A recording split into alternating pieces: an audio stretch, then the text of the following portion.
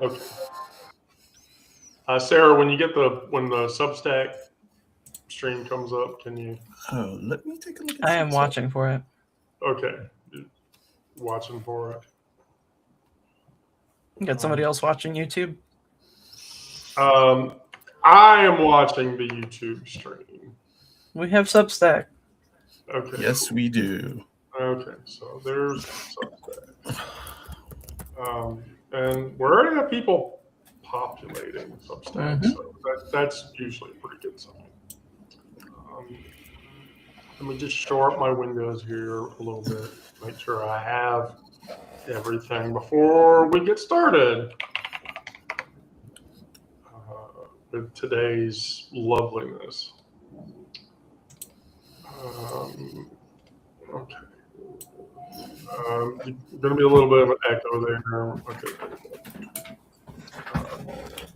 So I will attempt to moderate the YouTube channel. We'll see. We'll see how that goes. May the odds be ever in your favor. Yes. May the odds. Yeah, we got some real jokers last time. Right. All right. Well, today I blended some topic generalization, and so to start off, I'm just going to do this introduction. And me speaking personally about myself, survival and life changes, trauma, survival, day-to-day living, whatever. When I was a kid, I was not built for the life that I got built. A lot of us feel that way. And so for me personally, I've been cobbling together everything that I can from salvage parts of one area of my life versus another. And so I've really probably been doing that entirely out of self-directed spite. But self-compassion is still a practice that, for me personally, I still have to do that at 2 o'clock in the fucking morning when I grab my phone and I'm doom scrolling and, I'm trans. Am I going to be arrested today as a domestic terrorist? It's possible.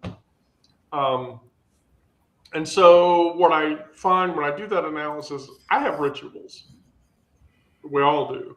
And my ritual list, I sort of picked out the ritual list from things that I do that I feel like everybody in this session would have comments about. And so one of them is bookstores. I have a bookstore ritual and I love it. I literally go to the bookstore to smell paper. Open the book, smell the pages. Oh, okay. So do I. Yeah, definitely. I'm a book sniffer. Right.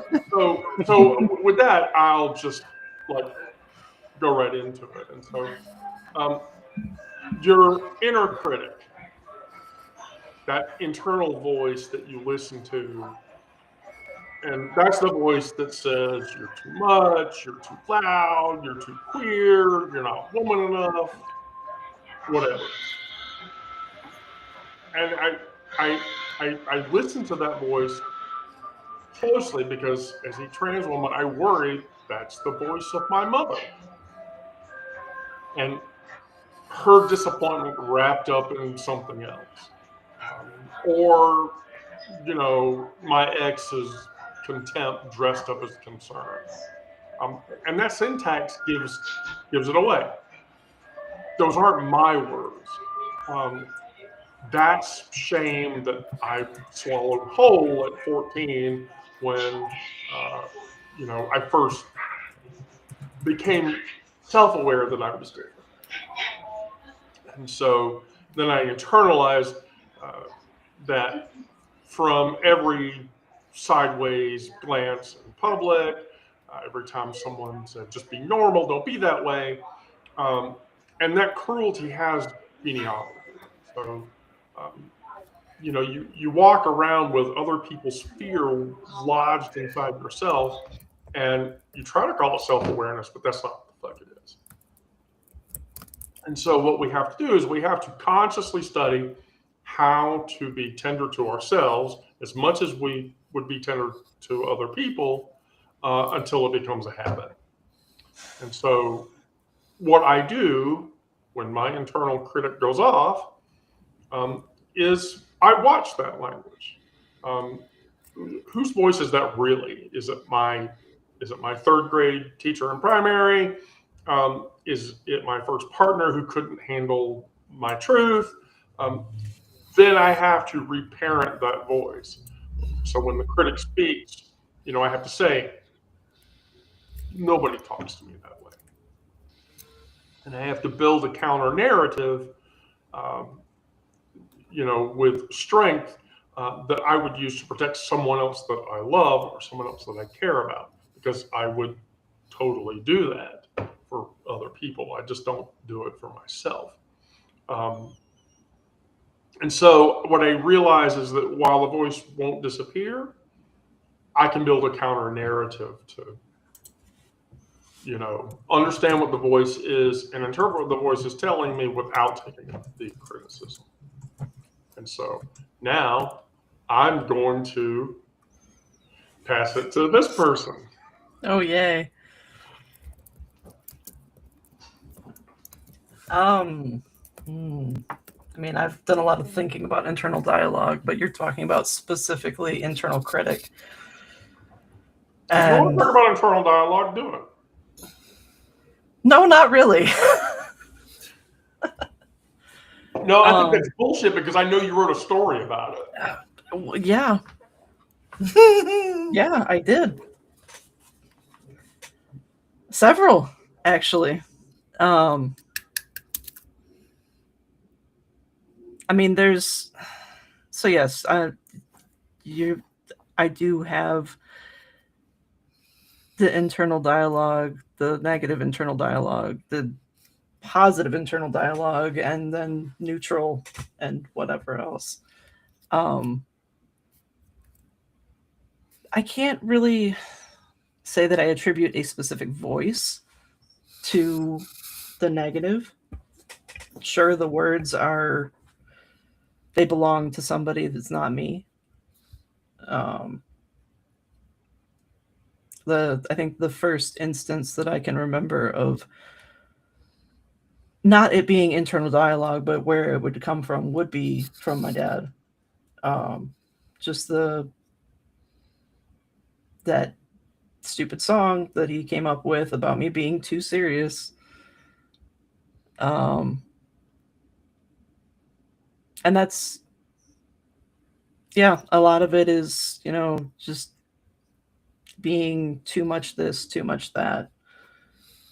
And it usually has to do with some kind of emotional thing, because it was always, you have to look at things logically. You can't be emotional. You need to look at things logically. Otherwise, you're going to get caught up in whatever. And so for the longest time, it's just been about, pushing down the emotions, not allowing myself to feel them, just, processing life and just trying to get through it rather than experiencing it or enjoying it.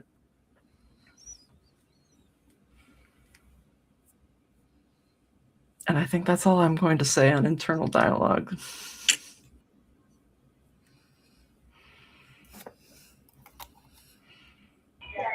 Oh no, it's me.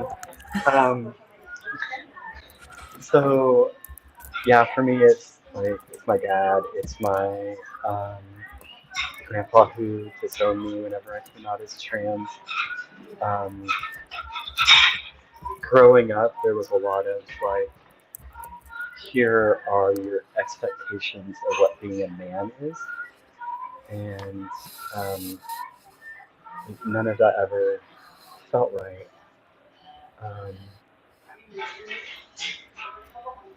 And anytime I showed any sort of softness, it was stop acting like a girl, man up, all those sorts of things. And now I don't have those as part of my inner dialogue as much, but it's more like those are the things that people, like transphobic people, say to me now, and then that like sometimes triggers something from childhood. So I just try to take breaks as I need to, and also remind myself that like no one knows who I am better than I do. They don't get to define who I am. So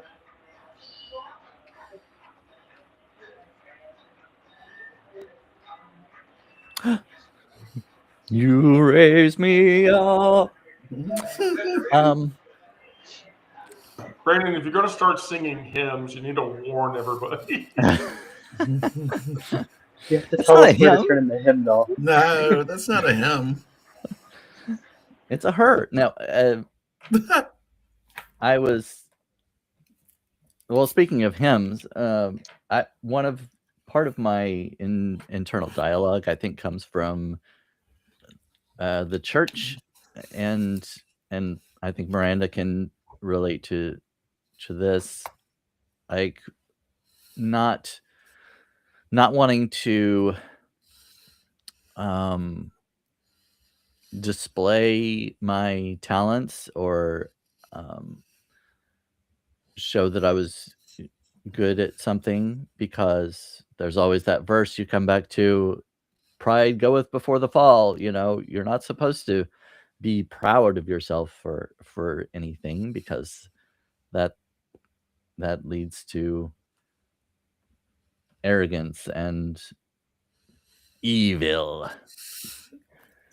And I agree with part of that. I mean, I don't like when people brag about themselves a lot, but I know there's pride is kind of an interesting word. I've always had a kind of an issue with that, as far as the Pride Month and LGBTQ plus. Because I always equate pride with accomplishments, and I don't feel like being gay is an accomplishment. I didn't do anything. I'm just the way I am, and I'm not necessarily proud of being gay. I'm happy with it, and that's just the way I am. But I don't feel like I accomplished anything to achieve it. And that may not be what some people think of as proud, as far as accomplishments. It may just be that they're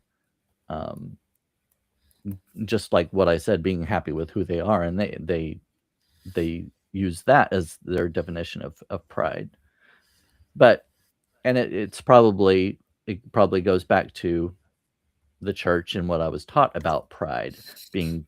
It was always kind of looked at as a negative thing to be proud. But that's some of where my internal dialogue comes from. It's not necessarily I don't know if it's a voice, but I see it in written script. And sometimes it is a voice. It may be the voice of my dad or my mom, or maybe even the lack of a voice. If I do something that I'm proud of, or that I something, some kind of accomplishment, there's nobody, there's no voice to back that up and to say that you did well or whatever, because that's what happened when I was younger. There wasn't a voice that said, good job, well done, I support you in this. So sometimes, I think it's silence that's the the inner critic?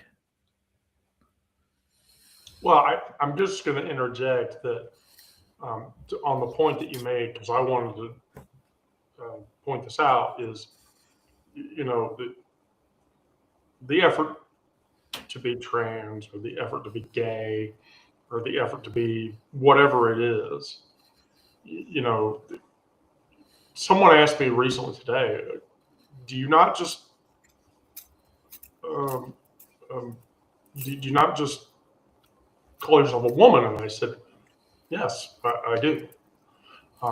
And so, you know, it's a lot less about identity necessarily, even though dysphoria and dysmorphia fuck all that up, or any more than orientation. When you walk outside, Brandon, people don't look at you and go, that guy's dead. Not usually, no. No. So I live in, and so that's one of the things you have to tell your internal critic. Don't fucking say that to me. I don't give a shit. I didn't mean to interrupt you. I just wanted to point that out. Oh no, you're fine. And part of the pride may come in the act of coming out too, that you're proud of yourself for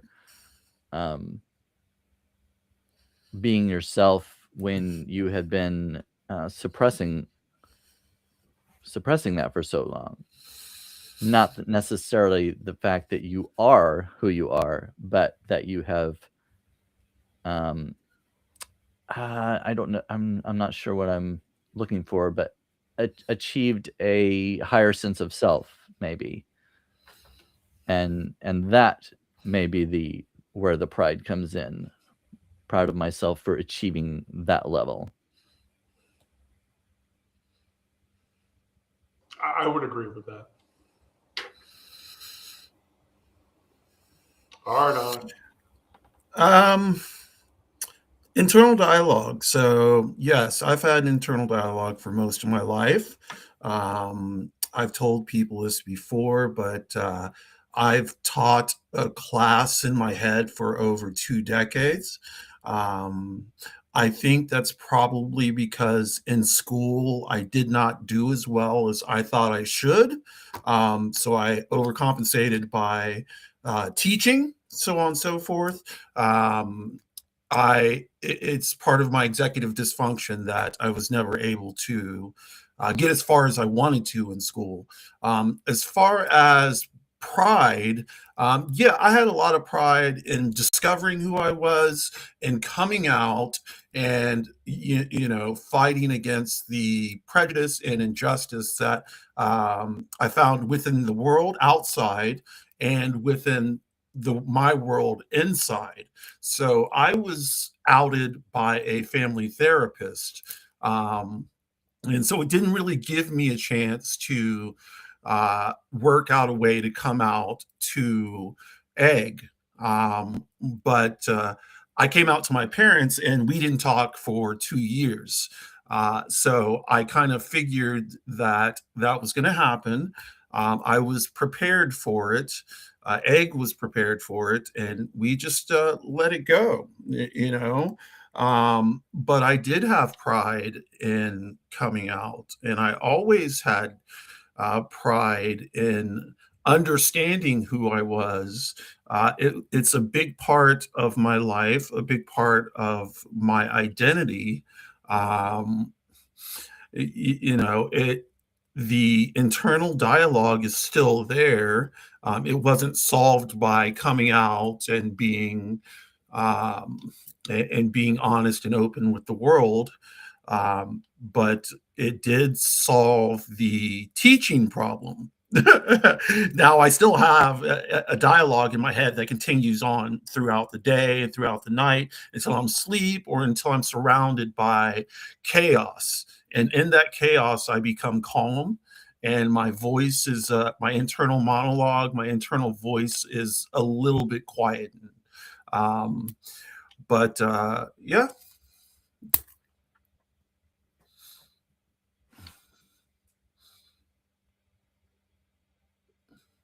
Talking in the mute again.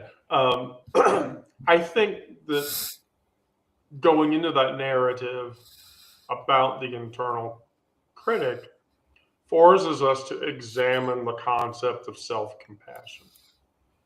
And I want to be very clear that Cosmopolitan and Red Book and the Hallmark Channel and all of those other things sell the lie that self-compassion means scented candles and bubble baths and gentle yoga bullshit that keeps you compliant.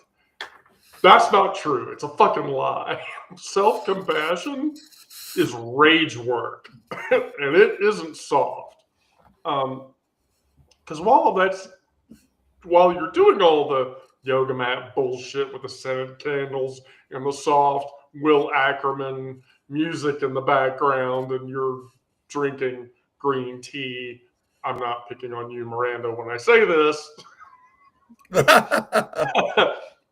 You sit there and you're bleeding out from the internalized oppression and calling it you're being hard on yourself. That's bullshit. Self-compassion isn't about being nicer to yourself. It's about refusing to do the people who are oppressing you their work for them. So every time you minimize your pain, every time you dismiss your needs, every time you accept less than you deserve, you're saving the people who are trying to oppress you the effort of grinding you into dust, which is what they're going to do anyway. And so what we have to do, caring for myself is not a self-indulgence. It's self-preservation. And this is an act of damn near political warfare. The practice, so it forces you to, I have to do this. I have to practice friend voice translation. So when I catch myself in a self-attack, and I do this all the fucking time, people who have talked to me and been around me, I'm like, I'm shit, I'm sorry, it sucks, I fucked up, I'm a bad person, whatever. I have to stop myself, and then I ask, what would I say if my best friend told me the same story about themselves? Not toxic positivity, bullshit, genuine compassion that acknowledges the wound and refuses to make it bigger. If my friend came to me and said, I lost my job, I wouldn't say, you're worthless, you're a piece of shit, they fired you, and that's what should have happened. I would say that's devastating. And also, capitalism is a hellscape designed to extract and discard everything that it doesn't give a shit about. And I'm sorry that you had to experience that. And what can I do as a person to support you? That's what I would say to my friend. What self-compassion teaches you is you have to say that to yourself. This morning I had an occasion where my life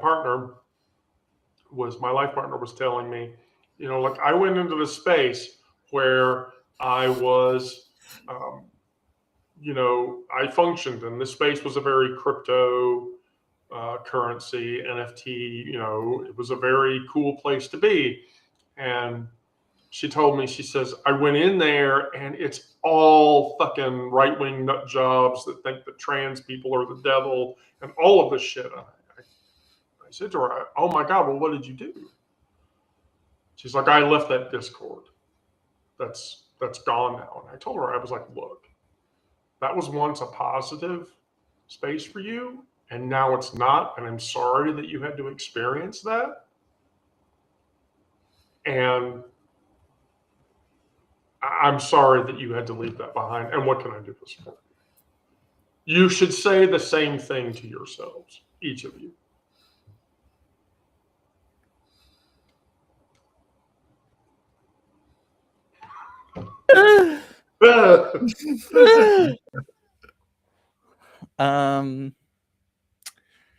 Well, self-compassion, I think, kind of goes. It's similar, I think, to what I was talking about with pride, as far as being taught in the church. Well, I mean, I guess there's love your neighbor as yourself, so I guess you are supposed to love yourself. but not too much.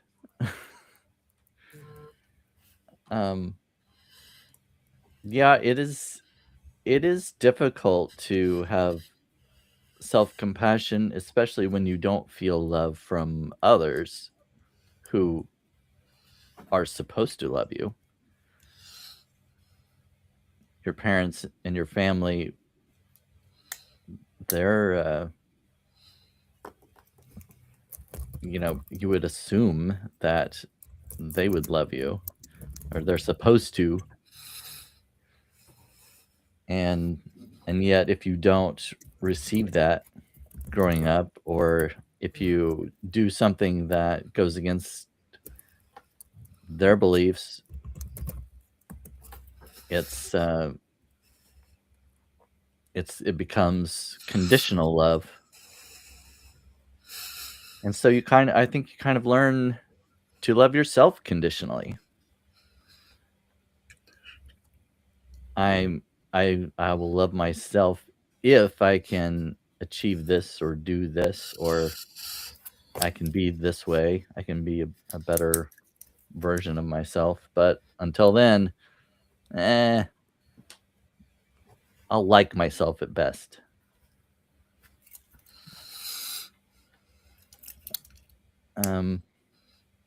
Yeah. Yeah, the church stuff. So the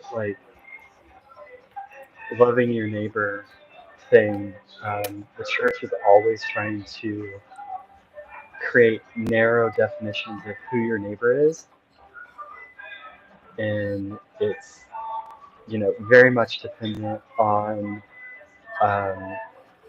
all of the socioeconomic factors, but also how you behave according to their rules. So when I was growing up in the Southern Baptist Church, I didn't really fit in with the other boys. And so they bullied me for it, even at church. And, because I wasn't meeting the social expectations, I was blamed for my own bullying.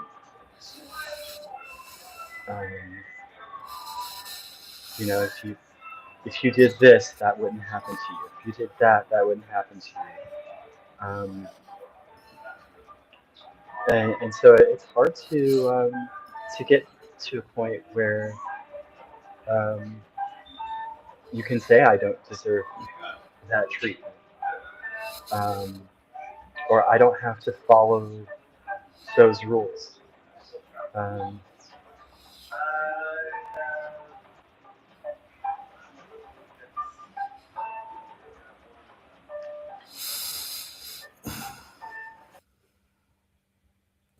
Because I need to unmute.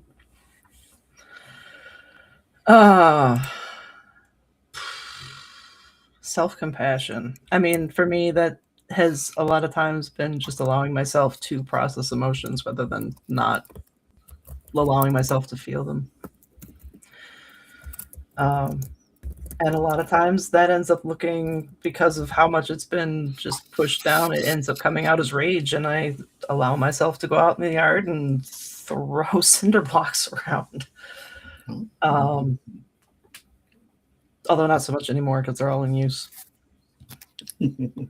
But I mean, I've got a fire pit, so I split wood and whatever, just to try to get that, basically turn the emotions into energy and process them that way. But also it's, taking the time to acknowledge the fact that I have these feelings, and that it's okay that I have them. Sometimes it looks like, watching something sad intentionally to make it so that I can get those bluer emotions out.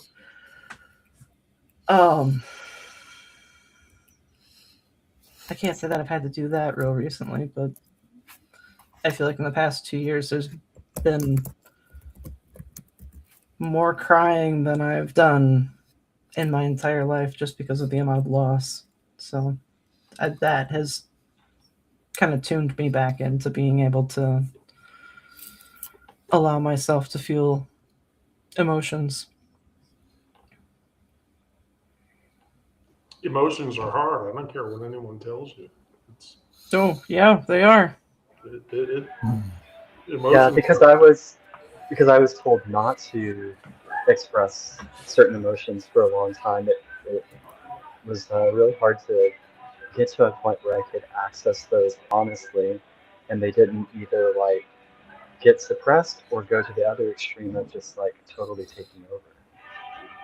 Oh no, I was a person that regularly experienced the be a man and kill shit and drive fast cars and don't show any emotions and be stoic as fuck and beat your girlfriend, all that bullshit. And it's like, oh, it's Yeah, I mean, exhausting. I was expected to be feminine, but also be logical. Like yeah.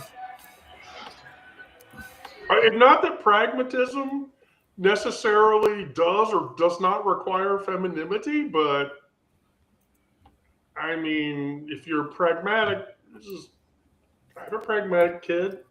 You know, they're fluid, so there's no gender there. Why does pragmatism give a shit about gender? I really don't know. Onyx? Um, conditional love, yeah. So everyone in my family is pretty learned in terms of degrees, college, higher education, um, names, like doctors, lawyers, all of this good stuff. I felt that pain when I couldn't get past like year 2 of college. You know, it was a conditional love type of feeling, in that my parents were like, why can't you do this? My sisters kind of looked at me strange, you know, because they had gone on to achieve so much. um, I that's hard, and it still is hard today, because I look at my extended family, and I look at my parents, and I look at my sisters who have achieved so much, and I'm just sitting here, um, achieving in my own way, but not like on the world's big stage. um, you know, it feels it like, yeah, I can't get into that, but I'm gonna stop there.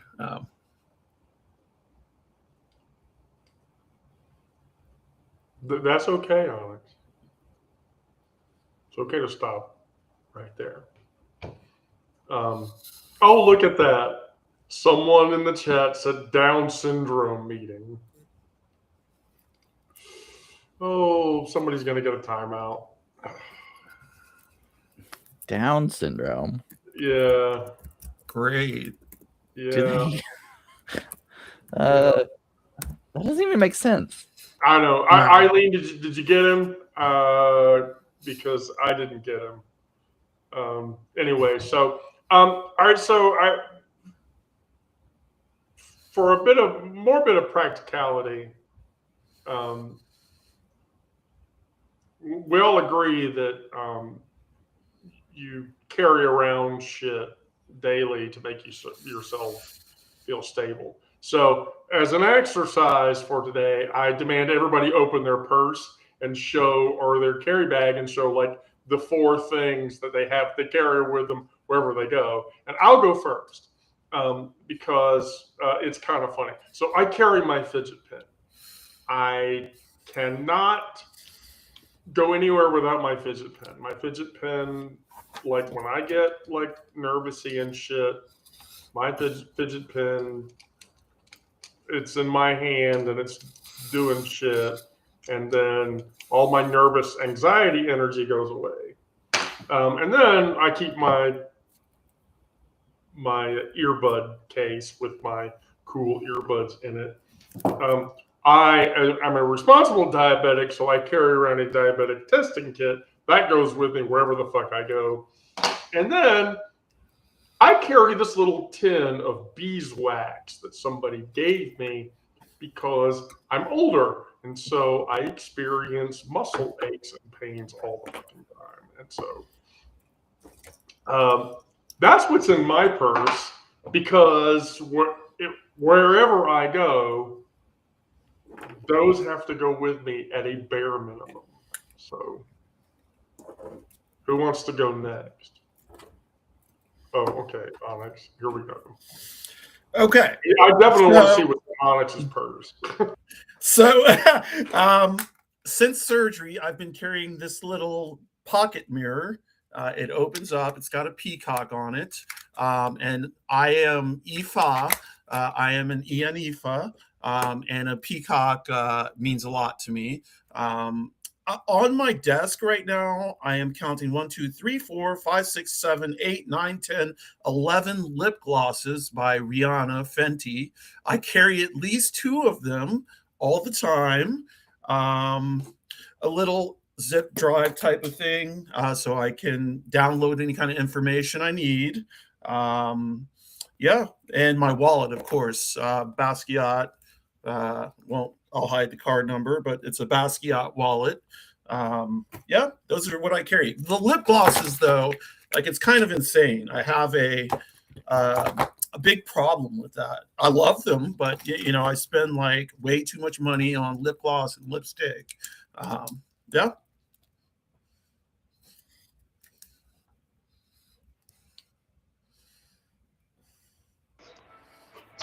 Okay, lip products. Lip products. Lip Yes. products. Lip products. Lip products. So all of those are in my purse right now. So it's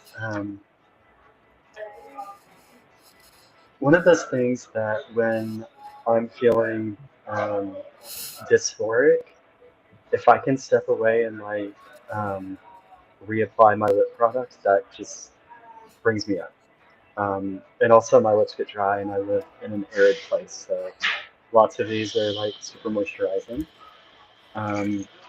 Let's see, I walk a lot of places, so if you're a woman who walks a lot of places, you have to have protection. Carry this pocket knife.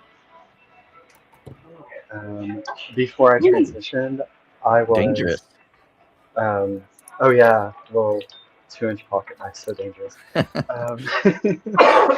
So before I transitioned, like, I was the Boy Scout who always carried a pocket knife, and that was something that, like, it was nice to have that tool around, and so now it's a purse item. This is something my wife got me. It kind of jingles. I don't know if you can hear that. Oh. So it just sits in my purse, and whenever I walk, just like the motion of my purse moving will make that sound, and it's really comforting. And then I always have butterfly hair clip clipped to the strap of my purse, just in case I need it. But the way that I carry it, like, because it's external to my purse, a lot of people comment on it. So it's a big hit. Yeah, those are things that I carry.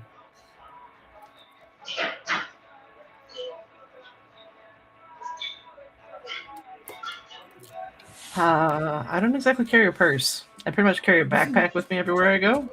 Yeah, but there's shit in the backpack, and I want to know what it is.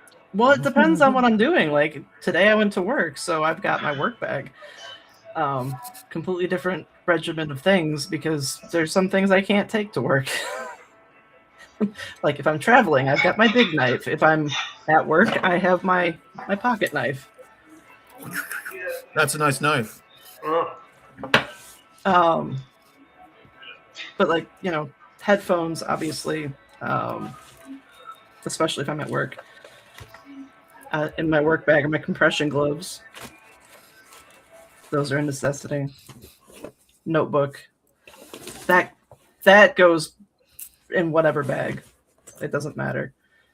The notebook always goes in whatever bag it is. Yeah. No, Yeah, that and my planner gets switched between bags all the time. Cough drops.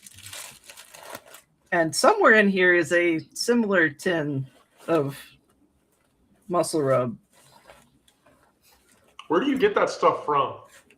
Where do I get it from? Yes. I manufacture it in my basement. But I also always have some kind of a power bank. So the one that I keep in my work bag is it doubles as a fan. Nice. And a flashlight. If it'll Oh, Whoa, that was blinding. yeah. yes, it was. So it's a power bank, a fan, and a flashlight, and I keep that in my bag. Can I just jump in really quick? There's one thing I carry in my purse, but I don't carry my purse a lot, and that is a stone, lepidolite. Yeah, go ahead. I mean, No, finish. I just was prepping Brandon to. No, that's it. I carry stones, crystals, and the one that I carry all the time is lepidolite because it is a mood stone for me. It's called the spiritual stone. Also has some lithium in it, so it's calming. And with bipolar disorder, I want to try and stay as calm as possible. But yeah, go ahead, Brandon. Sorry. Well, mine's I'm pretty boring because I don't carry a bag, but I just carry my wallet, my phone, and my keys basically. In my car, in my little console, I've got a bunch of junk, phone charger and lip gloss. Hey, lip gloss. Hey. Glossotopia. And a pair of reading glasses, and I don't even remember what else is in there. Just a bunch of junk that I probably don't need, but I always think there'll be an occasion where I might need to dig in there and get something. But yeah, I don't usually. Me and my friend had this conversation. She carries a purse, of course, and she just can't understand how guys can just go, without stuff. Because guys have bigger pockets. There we go. Yeah. Yeah, she's like, and how does your wallet not fall out? And I don't know. It's like a tight pocket. It just stays there. It doesn't. I've never had my wallet fall out of my pocket. I don't know. My dress has. Yeah, that was the worst part of my transition was going to clothes that didn't have pockets anymore. Oh yeah, I've heard that. So I buy dresses now that have pockets for a fucking reason. Yes. Yes. I used to have a pair of jeans that I could fit an entire bottle of water in the pocket, and they were women's jeans. Wow. Gosh, I can't imagine. Okay, well, the last thing that I had for today was the ritual, because I did this ritual recently. And that's secondhand bookstores. Now, we're all writers or content creators or whatever, and so that's why I felt comfortable talking about it. And so, in my locale, there's like this cheap used bookstore or whatever. And so when you look at the place from the outside, it looks like a cheap used bookstore. But the lady that works in there is really, really nice. Every time I walk in there, she's really cool. And she always like, oh, I got a bunch of stuff in that you might be interested in or whatever.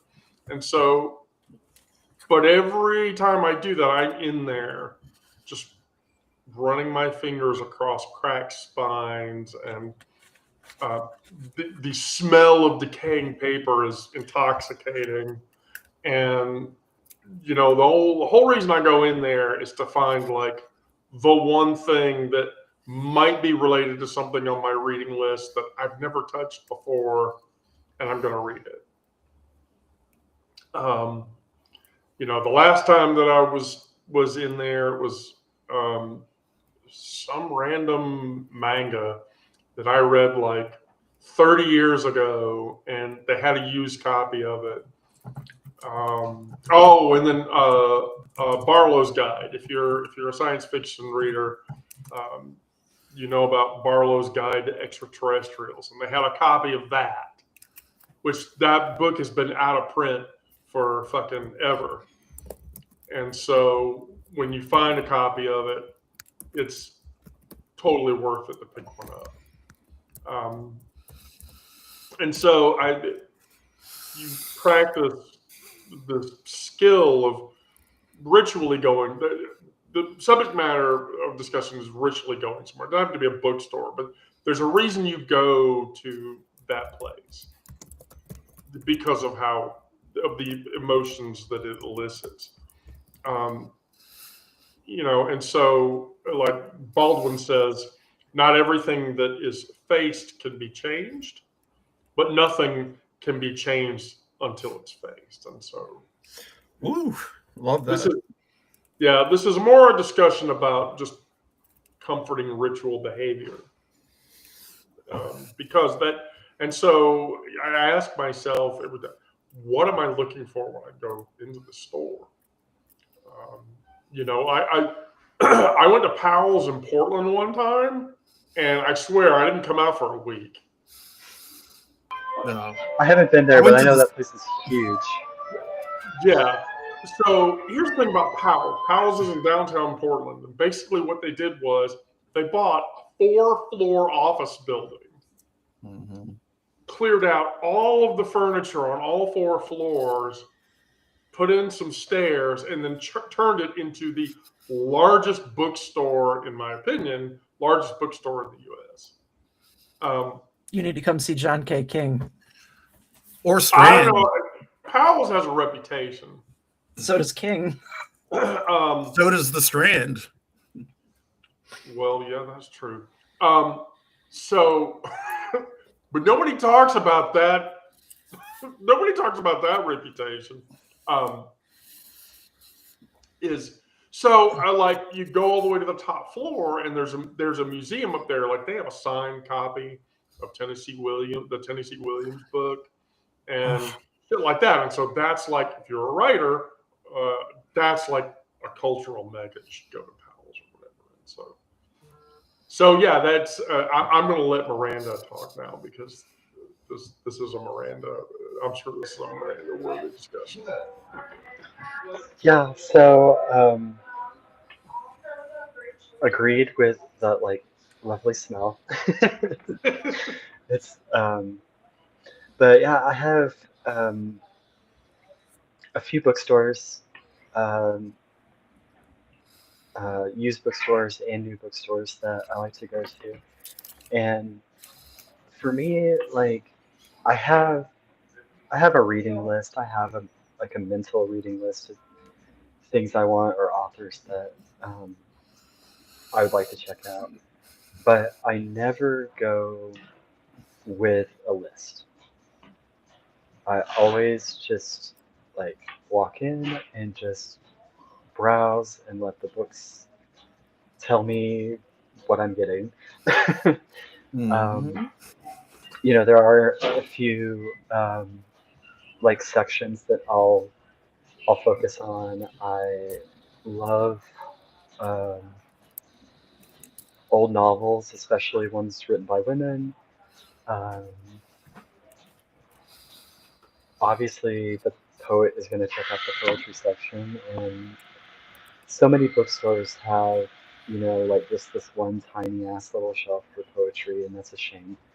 but there's some wonderful used bookstores where they've gotten a lot of that in, and it's a more expensive selection. Um, I look at books on different spiritual traditions and theologies and stuff like that. Because even though I've stepped away from the practice of some of those things, it's still a really interesting topic to me. Yeah, so I just go in and spend some time with the books until something pops out and demands to take my money from me. It demands to take your money away from you. I find that. Well, in 2020, a lot of bookstores shut down, and some of them went completely out of business. Some were able to open up later, but a lot of I can't think of. There are a couple of names of some bookstores that have. I can't remember. There was one I remember. It was a pretty popular one, and it completely went out of business. At least physical stores. There are some Barnes and Nobles that have shut down, but even after restrictions were lifted for COVID, I started writing on Medium, and I was reading so many articles of other people trying to reciprocate engagement and things like that. And that was most of what I read. I very rarely read books anymore after that, because I was reading so many articles. And then on Substack as well, I've read quite a bit. And I hardly ever go into bookstores anymore. There aren't any around where I live, so I would have to travel a little ways to actually find a specifically a bookstore. There's something about there's two phenomena: the coffee shop and the bookstore. And if you're lucky enough, there's one that's both of those that's nearby. Yeah. I'm at the coffee shop right now. Yeah. And so, from a ritual, like, would you go to a coffee house, Brandon? Oh yeah. That's the same comfort ritual that I think I was really sort of trying to drive at, is that, there are things you do that make you feel good. Yeah, I do like exploring different coffee shops, especially ones that aren't part of a chain. I do like Starbucks sometimes, but I prefer to visit independently owned coffee shops. Yeah, independent cafe, not corporate bucks. Yeah. Like the coffee shop that Miranda is in, which, by the way, I have been in with her before. Yeah, and it's just about half a mile from our place, and so I almost always walk over here, and that's part of the ritual too. Is the walk, and people I'll see along the way, and then when I leave, I'll get if my wife is having a work from home day like she is today, I'll get her a drink on my way out, and so it's all part of the thing.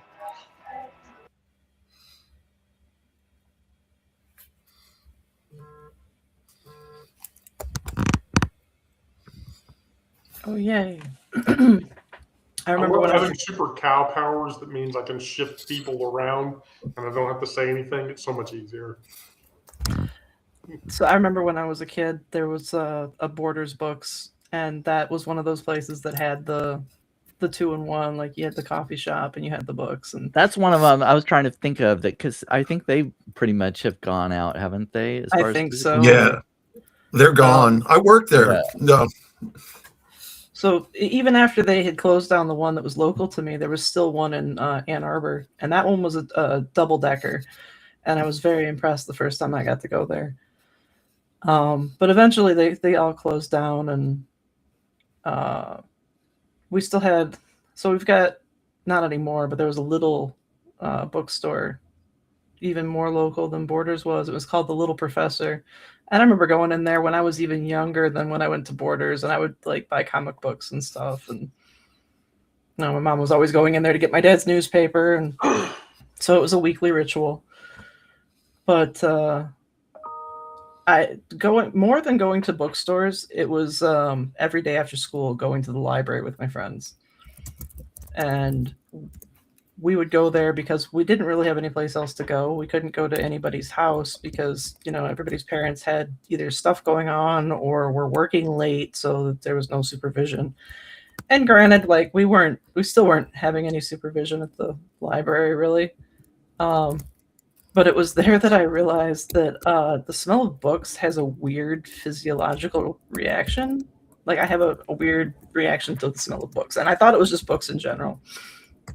But then when I went to like new bookstores, it doesn't happen. So it's like just older books and the combination of the smell of the decaying glue maybe and the dust. And it was really bad when I went to John K. King. That one's at least a 4-story bookstore. They do have a freight elevator that you can use if you are have mobility challenges. And then they also have like art and stuff in there. And my child has expressed an interest in getting some of their artwork hung up in there for sale. But yeah, the smell of books kind of makes me need to use the bathroom to not put too fine of a point on it. Okay. I don't know. Smell of books inspires you to pee. Is that No. okay? No, to poo. Oh, I'll just say this. I'll say the silent part out loud. Thank you. so what you're really telling me is The books are like, go sit down and read me. Yeah, pretty much. Yeah. Maybe that's it, because like there was always books in our bathroom when I was growing up, so maybe that's it. So what you're really telling me is when you go to a bookstore, shit happens. Yeah. Yeah. Absolutely. It happens. By the way, before I take you out of the spotlight, I just want to point out, by the way, Powell's blows the doors off of J.K. King. I guess I'd have to see it for myself. So Powell's is 69,000 square feet, and Nice. and then versus J.K. King's, which is 60,000 square feet. So you know what? Powell's is the bitch. Yeah, but there's more than one location for King. Well, we're just talking about a single chain. So, all right, Onyx, I'm gonna let you finish it up today. Okay. Books. Yeah, I am a avowed book lover. I've worked in many bookstores, many different bookstores for many years. Like most of y'all, the smell of books is an aphrodisiac for me. Like Miranda, I usually head straight to the poetry section first in any bookstore. Secondly, I head to the occult section. As a matter of fact, as I'm looking over here, I have a rather large occult book collection. Working in bookstores brings me peace, not the actual managing of bookstores, but more just working. I love customer service. I love books, and I love helping customers find great books that will suit their reading pleasures. I never did achieve much in the way of academics, but I know books. And I know that I love books, and I know that I love poetry, and I know that I don't love coffee, so I don't drink coffee with my books, but I do drink tea, and I will have tea with my books. So I do like the coffee house bookstore combination. Um, I've been to the Strand, which for me is the largest bookstore I've ever been to in New York City. And I was lucky to get out with under $400 worth of books. It was the Strand was amazing. My dream is to go to Powell's. My dream is to own that Tennessee Williams book. I have one really rare, expensive book that I won't say online because I don't want people to be fucking around with me. But it is very expensive and very rare, and it is wonderful. It is my treasure, and I don't have children, so I don't know who I'm going to pass it to. Although I have told Egg, I have told Egg if I die, she can, That's what I was gonna do. Hey. Egg knows where it is. She's the only one who knows where it is, except for me. But yeah, I just have this relationship with bookstores that can't be underestimated. It's formed me. Um, Words have formed me. Language, linguistics, all of that have formed me. Um, but like Brandon said, also I've been reading a lot of articles, and that is and reading a lot of stuff online, and that is kind of taking the place of me reading books. Also, because my eyes suck, so I can't see the small writing. So reading online is a lot better for me. I can enlarge the font, and so yeah, that's my. I love books. I wish I could read them again, but I am an avid book collector. I've got a lot of books. I will continue to collect books, even the ones I can't read. I don't know, Wendy, do you remember Chapter 11 in Atlanta? Oh God, yeah, of course. Okay, yeah. I worked there for like 5 years. I want to say, I remember Oxford Books on Far Yes, Road yes. in Buckhead, which Okay, was hold on. Atlanta's. Yeah, that was Atlanta's Powell's. Let's see if this book here is a book. This is a book of poetry. It's a first edition. It's called "Women Who Run Hoping for Rain and Other Poems" by David Tillinghast. And I got this at Oxford Books on Far Road. Yeah, one night I was just in there by myself. Oxford Books was here in Atlanta, and it was dead in the middle of Buckhead, which is like the well-to-do area of North Atlanta, and it wasn't like multi-floor or whatever, but it was just this building that they kept adding on to, like horizontally. It kept getting bigger and bigger. It was and an then, octagon. there was this big like walking circular sort of deal or whatever, and they served coffee, and it was great. And when you went there, they had a queer section, and when you went into the queer section, there were other queer people that you knew were queer people because they were in the queer section, and there was, oh my God. Yeah. Right. Loved that bookstore. Loved it. Yeah. Ugh. Memories. So I'll just I'll do a close here. So what this draws attention to from a psychological perspective, as much from a living perspective, anything else, you've been building something, a life that they don't have words for yet. And that's the life that doesn't apologize for the seams that it has. And it doesn't hide the repairs. And every time you choose yourself when the world says choose smaller and you don't, you say, fuck you, and throw another brick down, throw some mortar on it, throw another brick on top of it. That isn't about fixing what's broken.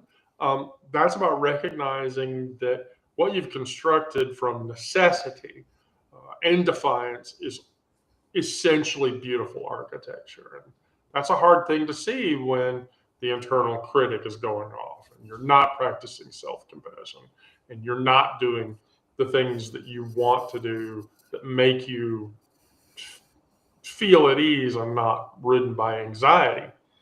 And so what I say to people in regards to that is stop waiting for permission to call it whatever the fuck it is that you want to call it. Your home, your safe space, whatever. The foundation that you pour in that darkness is setting, and it's not going to go anywhere. And so what you really should do is just stand on it and then continue to build that thing that casts others, shadows that others can shelter in. Because honestly, at this point, I have no idea. A year from now, am I going to be labeled a domestic terrorist? Is fucking Trump going to send stormtroopers to my house to arrest me? I have no fucking idea. None. But I said this in another session. The National Genocide Analysis Org or whatever says that America is literally on the cliff of transgender genocide. That's scary from my perspective, as much as that would be scary from anybody else's perspective, because once they're through with me, who the fuck do you think they're going to go after next? There we go. Let me ask you this, Wendy. Have you seen V for Vendetta? Have any I of love y'all? that. Oh, if nobody has ever watched that movie, you should watch that movie. Okay, when Natalie Portman's character says, I'm ready to go to the woodshed or go to the back, I'm ready to be, essentially, she had gained the strength to say, I'm ready to face these demons head on. You can shoot me and kill me, but you will not take my spirit. That's how I feel now about these fuckers trying to come and snatch me off the streets. I'm ready, if you sometimes I'm sorry to have to say this, but from my perspective, I no longer care, because the worst thing that can happen to me is I could get shot in the face. Right. And that would be bad, but I don't fucking care. I literally just don't care. You're going to do that? I can't control what you do. Fuck. Right. Fuck. But I'm not going to stop living because you say that I should. And we shouldn't stop speaking out either. No. We should continue. I'm definitely not going to do that. I'm Right. definitely not going to do that. I'm not going to. I'm on their list. They may as well highlight my name too. Right. Just use a lot of bright light highlighter. Yeah. Can I get a pink highlighter for that, please? I would prefer a pink highlighter, because I don't want the shit yellow. Does anybody have anything else to share?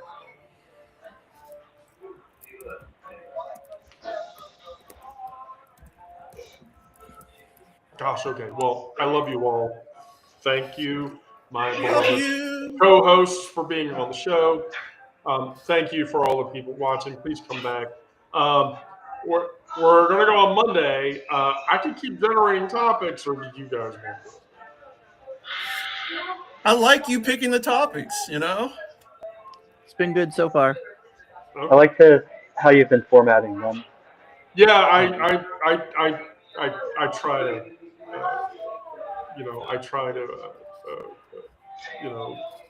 I follow a logical flow. So I'll keep doing that as long as you guys are okay with it.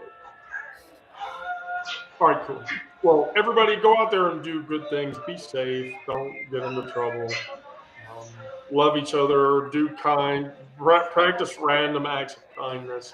And we'll be back on Monday at 1. Get into good trouble, y'all. Good trouble. Good trouble. Yeah, good trouble.